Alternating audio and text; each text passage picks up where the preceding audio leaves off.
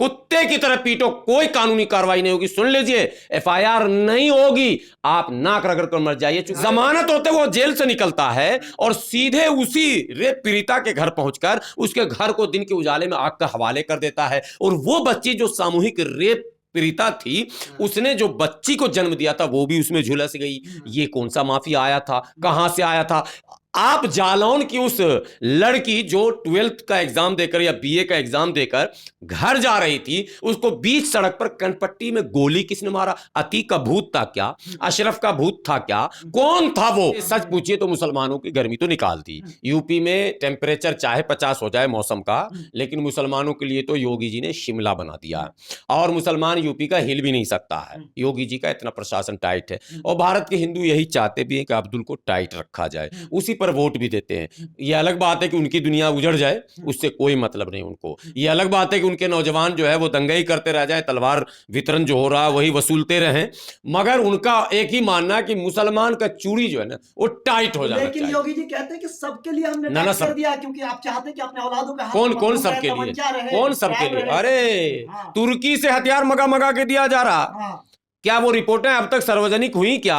एक छोटी सी रिपोर्ट होनी थी, वो 24 घंटे का काम था। कान के जड़ में जहां दो लगता वो लड़का बता देता लवलेस कि भाई ये तुर्की का जो सिक्सर है रिवॉल्वर ये फला आदमी ने दिया। नहीं, ये रिपोर्ट कभी जिंदगी में उत्तर प्रदेश में सार्वजनिक नहीं होगा कि वो तुर्की वाला जिगाना या क्या उसको बोलते हैं, वो जो रिवॉल्वर है बंदूक जो प्रतिबंधित है भारत में, वो किसने खरीद के इस फकीरचंद को दिया? ये फकीरचंद जिसके माँ बाप को खाने का उपाय नहीं, जिसके घर को मीडिया वाला दिखा रहा कि घर में ईंट नहीं है, पन्नी लटका हुआ है, ये भी नहीं बोल रहा है कि वो जो मकान मिलने वाले थे 2022 में सबको, वो भी नहीं ले पाया ये बदनसीब। सुनिए पहले, जिस बदनसीब की बदनसीबी ये है कि वो मकान भी नहीं ले पाया, वो इंदिरा आवास कॉलोनी, और उसके बावजूद वो हत्या कर रहा है अतीक का जिगाना बंदूक से। और वो किसने दिया ये सरकार नहीं बताएगी। तो मतलब तो साफ है कि दंगाइयों के हाथ में बंदूक देने वाला एक गिरोह तो है वहां, इसलिए सबकी गर्मी नहीं निकाली गई, सिर्फ मुसलमानों की गर्मी निकाली गई। अब भारत के हमारे जो हिंदू भाई हैं वो ये फैसला करेंगे कि क्या वाकई अब्दुल का नट टाइट करना ही असल मकसद है इस देश में।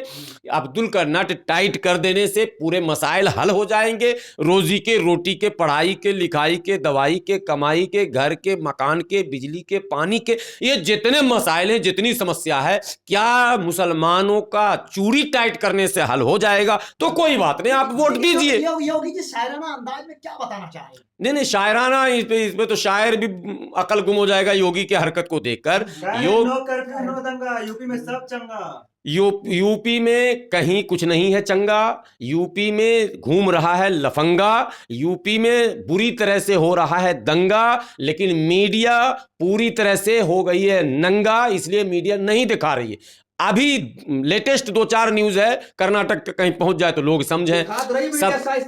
शाइस्ता परवीन भाग रही है, जंगल में मिली, उसका कर्नाटक लोकेशन भी आपने देखा होगा, और बंगाल लोकेशन भी दिखाया, और अब बिहार भी दिखाएगा नीतीश कुमार के गांव के अगल बगल में। चूंकि इसका मकसद है लोकेशन है, दिखा दिखा के नेताओं को डर। देखो ममता छुपाई है, बंगाल लोकेशन बता रहा। कौन सा मोबाइल है, कौन सा लोकेशन है, सिर्फ लोकेशन ही बताता है इसको। ड्रोन चल रहा, सब कुछ चल रहा। मैं अभी पहले दंगा बता दूं कि जिस दिन अतीक की हत्या हुई उसके तीसरे दिन, अतीक की हत्या के बाद तो डाउन खत्म, माफिया खत्म, सारे डाउन और माफिया को तो तबाह बर्बाद ही कर दिया, जो कह रहे हैं योगी जी। तो योगी जी ये बताए बांदा में एक ही परिवार के 4 व्यक्ति की हत्या किसने कर दी आकर?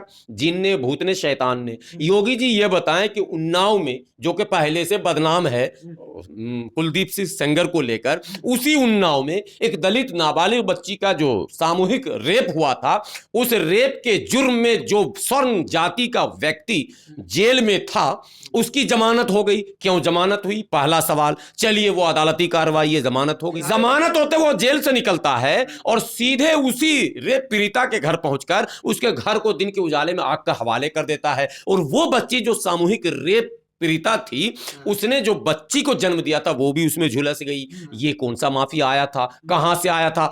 आप जालौन की उस लड़की जो 12th का एग्जाम देकर या बीए का एग्जाम देकर घर जा रही थी, उसको बीच सड़क पर कनपट्टी में गोली किसने मारा? अतीक का भूत था क्या? अशरफ का भूत था क्या? कौन था वो? जब सब चंगा ही है तो फिर ये दंगा कहां से आया? ये सवाल कोई पूछने वाला मीडिया है नहीं। मीडिया को तो शाइस्ता मिलना चाहिए। छोटी मोटी घटना होती है उसमें कार्रवाई होगी। अच्छा, ये एक ही परिवार के 4 लोगों की हत्या छोटी कहानी, सामूहिक बलात्कार दलितों की नाबालिग लड़की के साथ छोटी कहानी, फिर उसके घर में आग लगा देना छोटी कहानी। ये तो आप कुलदीप सेंगर वाली बात कर रहे हैं। कुलदीप सेंगर ने जो बलात्कार किया बोला छोटी कहानी, एफआईआर नहीं हुआ।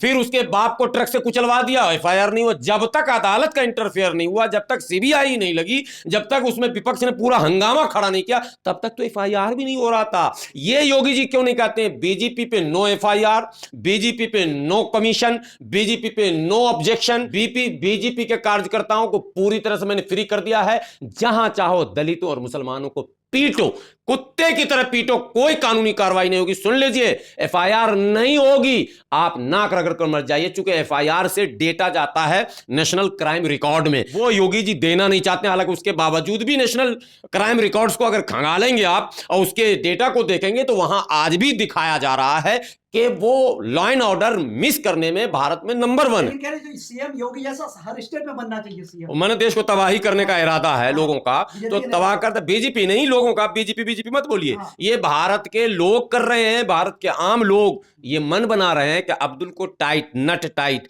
मैं एक बात कई बार बोल चुका हूं, फिर बोलता हूं, उन लोगों को जो कहते हैं नट टाइट करना, नट 15% होता है और बोल्ट होता है। नट तो बोल्ट में टाइट होगा, बोल्ट 85% होता है। नट को अगर ज्यादा टाइट कीजिएगा तो स्लिप कर जाएगा, और जब नट स्लिप होगा तो वो बोल्ट किसी काम का नहीं बचेगा। जिस माइनॉरिटी को आप टारगेट कर रहे हैं, मुख माने धारे से आप काट कर रखना चाह रहे हैं और विश्व गुरु भी बनाना चाह रहे हैं, जीवन में कभी नहीं हो सकता है। विश्व गुरु बनने के लिए पहली शर्त है कि माइनॉरिटी, स्पेशली मुसलमान जो लार्जेस्ट माइनॉरिटी है, उसका मुख धारा में आना, मेन स्ट्रीम में आना बहुत जरूरी है। बगैर इसके किसी कीमत पर ना तो विश्व गुरु आप बनेंगे, न विकसित राष्ट्र आप बनेंगे। यदि भारत को विकसित राष्ट्र और विश्व गुरु बनाना है तो योगी फार्मूले पर कट लगाइए, योगी फार्मूले को नकारिए। इस देश में सबको साथ लेकर चलने की जिसके अंदर क्षमता है, वैसा नेतृत्व सामने आए। अगर नट टाइट रहेगा तो कहीं पत्थरबाजी नहीं होगी, और नट जब स्लिप होगा तब क्या होगा, यही तो मैं पूछ रहा हूं। नट टाइट रहेगा तो पत्थरबाजी नहीं होगी, और नट स्लिप होगा तब क्या होगा, ये भी तो बताया जाए। नट वहीं तक टाइट कीजिए जहां क्षमता है टाइट होने का लास्ट। अगर आपने जरूरत से ज्यादा कर दिया और पानी अगर ना सर से ऊपर बहने लगा तो क्या होगा, ये भी तो बताइए। नट जब स्लिप करता है तो बोल्ट नाकाम हो जाता है। तो कानून व्यवस्था सही रहेगी ना, इसलिए तो कहां वो पत्थरबाज था क्या? वो आपका जो बंदा भाजपा का कार्यकर्ता जो गया और उस दलित के घर में आग लगा दिया, वो पत्थरबाज था क्या?